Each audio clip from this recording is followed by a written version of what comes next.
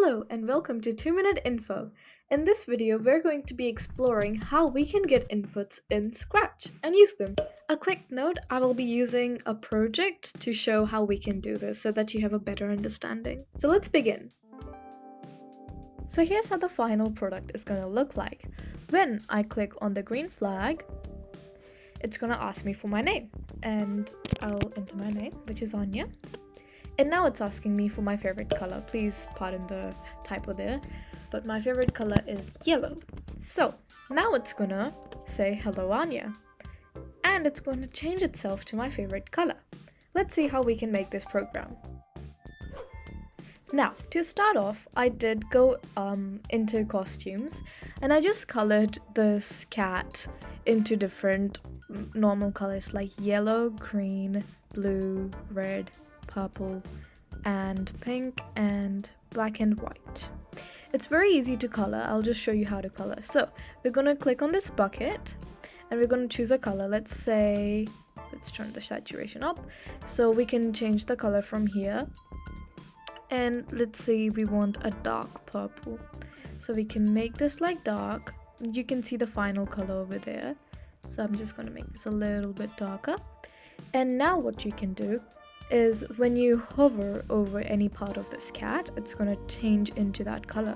So if I tap, then it's going to be confirmed. If I just hover, it's just showing me how it's going to look like. So I'm just going to click on all of these orange bits, and now this cat is purple. So that's basically what I did to each of these sprites down here, and I just named them the right color. Now, let's go into code and get started. Let's start with the orange cat. So, when green flag is clicked, we want it to ask for my name. So if we go under sensing here, which I'm already there, and we ask, what's your name? And wait.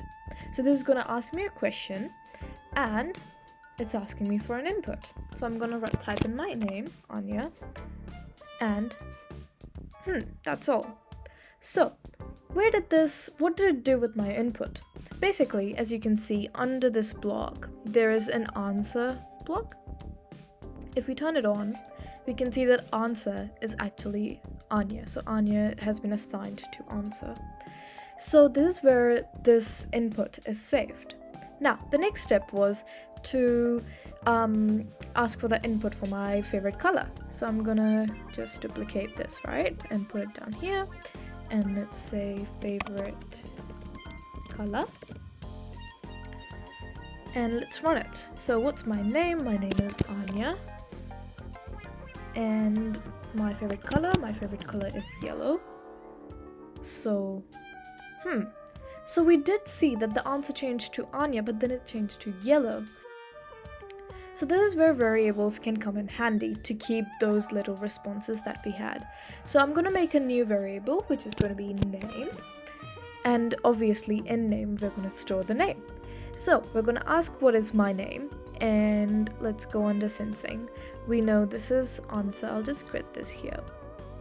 And we're going to say set my variable to 0, grab this block, and we're going to change my variable to name and put answer there. So now if you look up here, and when I say what is my name is Anya, and I press enter, now name turns into Anya and answer is also Anya. And what's my favorite color? I'm gonna write yellow, and now answer is yellow. So just to clean things up a bit, I'm also gonna make another variable called color, so that instead of saying answer, we can have color as well.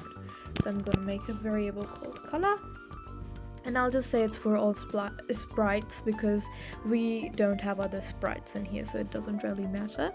And I'm going to say okay.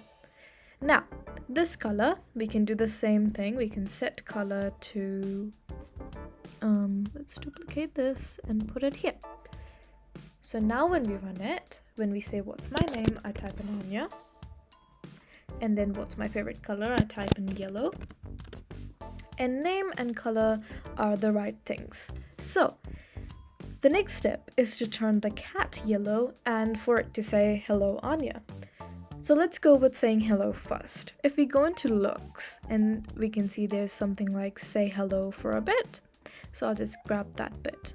Now, if I write something like hello, well, we know that we need to use name. We can put a name here. Anya, and yellow. Hello name. This is because we didn't use name as the variable here, and there's a very common mistakes people do. So I just wanted to show you guys that that's what's gonna happen if we just write name, because it's just gonna take it as a string and it's not gonna change anything. So let's just have hello there, and I'm gonna go under operators and grab this join block, put it here. What this is gonna do is if I write hello, and I still can't write name over there because it's gonna be the same thing, hello name. I need to grab the variable name, so I'm gonna go in variable and grab name. Now it's gonna do it, but we just need a little space after the comma, otherwise the hello and the name would just be kind of squished together. So let's run it. Let's say my name is Anya. My favorite color is yellow. And it says hello Anya for 2 seconds, and the program ends after that. The next step and the last step is to turn the cat into my favorite color. Now I can go under looks again, and basically all of these little color things these are called costumes. So when we go under looks, we can go switch costume to something like this. And instead of saying white or necessarily the color we want to switch it to, we can use this variable now, which is going to come in handy over here. And we can write Anya, we can write yellow, hello Anya, it changes to yellow. And that's basically the program. Now, to just clean things up a bit, we can untick these because this was handy while coding, but right now we don't have to see all that. So final thing, my name is Anya, favorite color, let's say it's red this time so that we can see it change. Hello Anya, and turns to red. Now, this program was supposed to just show you how the input block really works and how we can store the values into different variables, but it isn't foolproof, because if I go ahead and write something like my name is Anya, and I go my favorite color is yellow. Now, because I didn't capitalize this Y over here, it's not going to work. As you can see, it does not work. So that's why this isn't foolproof. People can make typos and stuff like that. So there's just a program supposed to show you how things kind of work, and it's just a fun thing to do. So I really hope you learned something new and understood what I meant to show, and I hope you had fun. And I hope you try this out sometime if you like. So have a great day. See you in the next video. Bye!